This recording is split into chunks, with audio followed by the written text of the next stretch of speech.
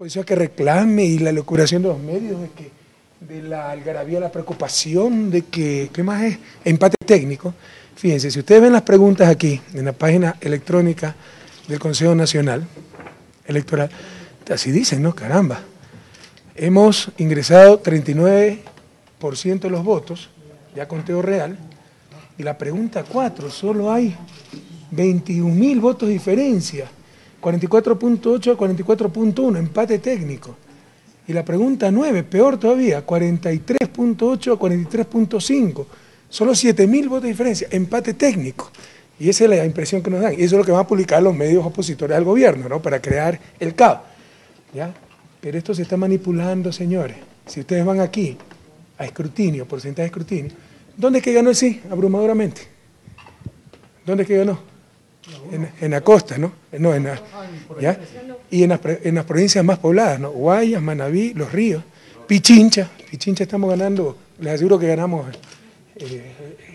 casi estoy seguro en todas, pero ganamos en Pichincha. 39% es el promedio ingresado, 39.25. Oh, sorpresa. ¿Cuáles son las provincias que todavía no se ingresan? Esmeralda, donde barremos. Guayas, Esmeralda solo tiene ingresado 23%, Guayas 27%, y lo pueden ver. Recuerden que está ingresado 39%, casi 40% ya, ¿no?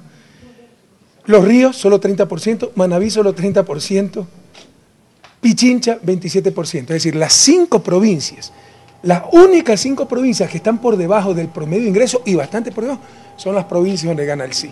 Y hay empate técnico, entonces, en las preguntas 4 y 9. Así es como se manipula a la opinión pública. Esto no puede ser casualidad. La probabilidad de que las preguntas donde gane el sí, sean las provincias donde gane el sí, sean las que estén muy por debajo del promedio de votos ingresados, es 0. O sea, esto está siendo manipulado. Es que son provincias grandes. Bueno, pongan más digitadores, pues. O sea, no es que ponen 5 para la provincia de Bolívar, 5 para el Napo y 5 para Guayas, pues tienen que poner 50 para Guayas. Que no me vengan con esos cuentos. Además, Esmeralda no es grande y de todos modos está atrasadísimo, ¿no? Esto está siendo manipulado porque lastimosamente la partidocracia todavía sigue infiltrada en las juntas provinciales electorales. Entonces, cuando ingrese Guayas totalmente, donde barrimos, cuando entre Manabí, la tercera provincia con más población de este país, donde barrimos, cuando entre Esmeralda, donde ganamos ampliamente, cuando entre Los Ríos, donde barrimos, cuando entre Pichincha, donde ganamos, verán que ese supuesto empate técnico no existe. Y vamos a ganar esa pregunta, escúchenme lo que les digo, por lo menos 200.000 votos de diferencia. Pero así es como se quiere generar incertidumbre, ¿no? Generar elocuraciones, generar el caos. ¿Para qué? Para legitimar una clarísima, extremadamente clara victoria del sí.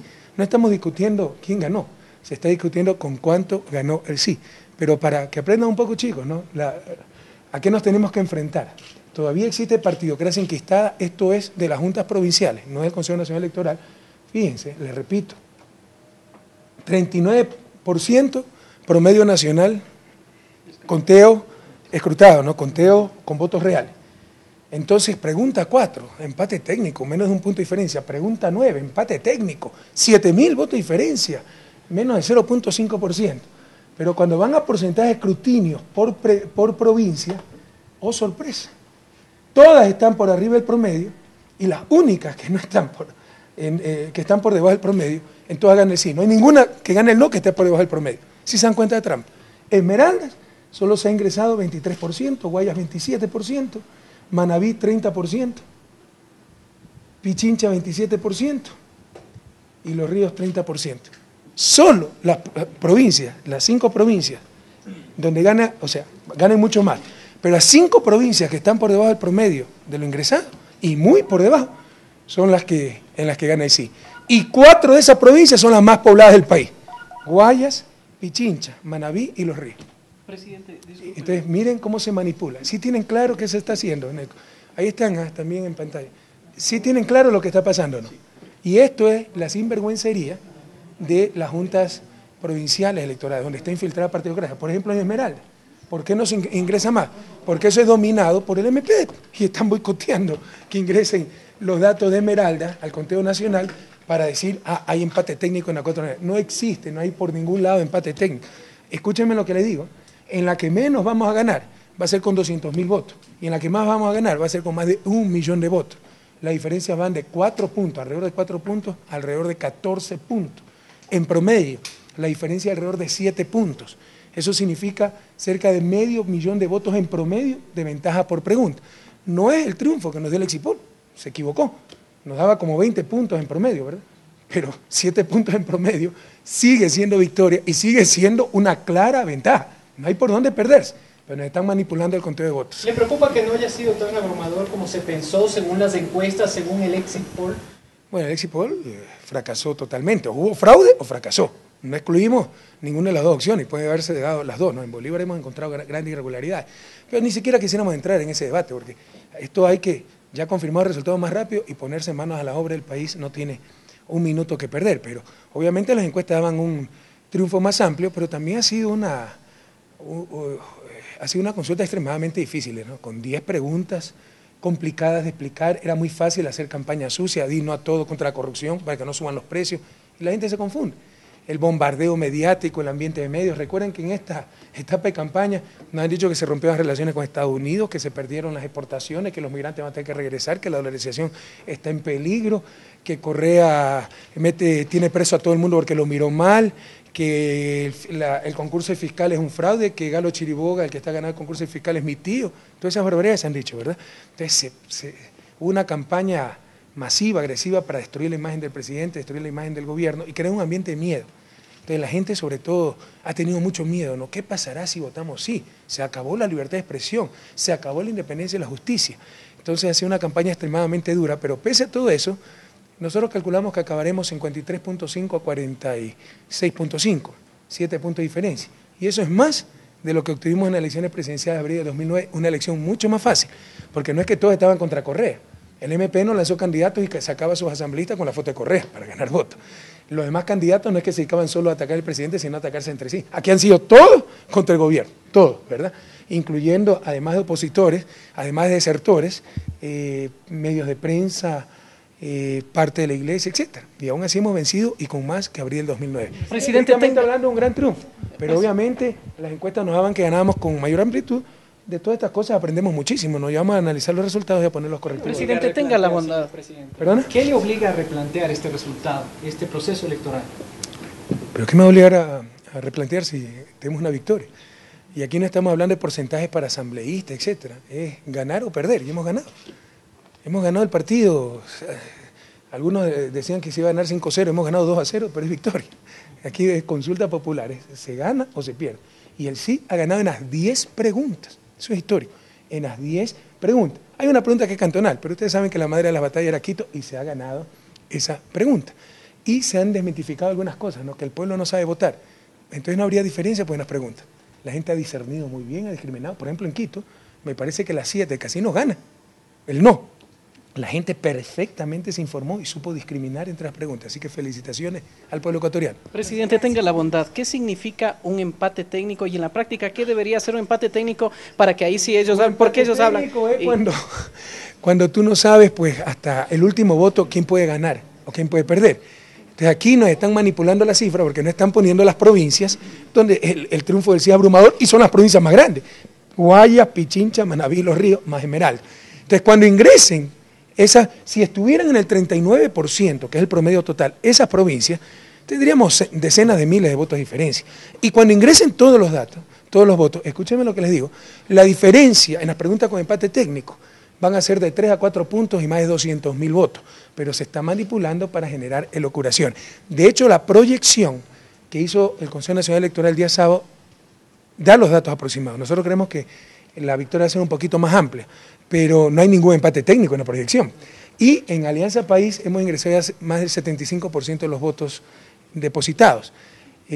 Ya eso es una tendencia irreversible. Y les insisto, la diferencia nos dan de alrededor de 4 votos, en lo mínimo, 4 puntos, donde hay menor diferencia, hasta alrededor de 14 puntos, donde hay la mayor diferencia. Y en promedio, ya una diferencia entre el sí y el no de alrededor de 7 puntos. Eso significa más de 500.000 de votos en promedio por pregunta. No hay dónde perderse.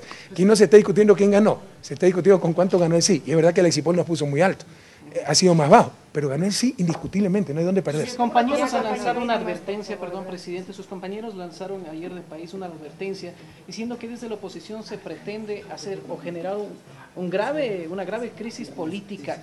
¿Cuál cree usted que es la estrategia de la oposición en bueno, este momento? Es una advertencia, eso denuncia. Malos perdedores, entonces están tratando de enturbiar el agua. Siempre, esa es la táctica de los mediocres, ¿no? Ni ellos esperaban esa votación del no. Entonces, cuando se vino al Exipol, aceptaron las cifras, muchos de ellos, ¿verdad? Entonces, ahora, como resulta que el no sí estuvo un poquito más alto, ahora sí, aprovechemos para manipular. Hubo fraude, que se abra hasta el último acta, todo eso lo que trata es dilatar los resultados para generar este clima de incertidumbre. Y como van a perder, de todos modos al final del día, porque este resultado es irreversible, ¿no? No nos van a poder anular 200.000 votos de diferencia que tendremos en la pregunta donde menos tenemos diferencia, siempre van a dejar esa sensación del fraude para no desgastarse con la derrota. Esa es la táctica política de la politiquería mediocre en este país, y lo que hacen es desgastar a las instituciones, ¿no? Ha habido observadores, ha habido total transparencia, es más, si ha habido fraudes contra el gobierno, porque no es la encuesta de Santiago Pérez, que no es encuestador oficial como alguien dijo, es una empresa privada, ya el que se equivoca, también ese dato se equivoca, y nos da 57% a 43%. Todas las encuestas nos daban alrededor de 60-40%. Entonces, si la realidad es 53.5 o 46.5, si ha habido fraudes contra nosotros, si las encuestas decían lo contrario. Pero te insisto, en este mundo de replay, cualquier cosa se puede decir, ¿no? Entonces la oposición va a tratar de utilizar esta diferencia entre Exipol y los datos reales, que no es que cambien la victoria, ¿no? El margen se reduce, pero es indiscutible quién ganó las 10 preguntas, ¿no? Pero vas a tratar de utilizar eso para manipular, y con esta manipulación también, decir que hay empate técnico, que se abran las urnas, generar en mayor tiempo incertidumbre para deslegitimar la clara victoria, no hay dónde perderse, la clara victoria que ha tenido el sí. Esperaba, el Exipol nos dio 20 puntos, son 7 puntos de promedio, por favor, 7 puntos de promedio, más de 500.000 de votos por pregunta en promedio. Presidente, una consulta final. A partir de esta experiencia, ¿considera usted para futuros procesos electorales normar la participación de empresas encuestadoras, de estas herramientas como el Exipol para evitar ese tipo Eso le correspondería al Consejo Nacional Electoral?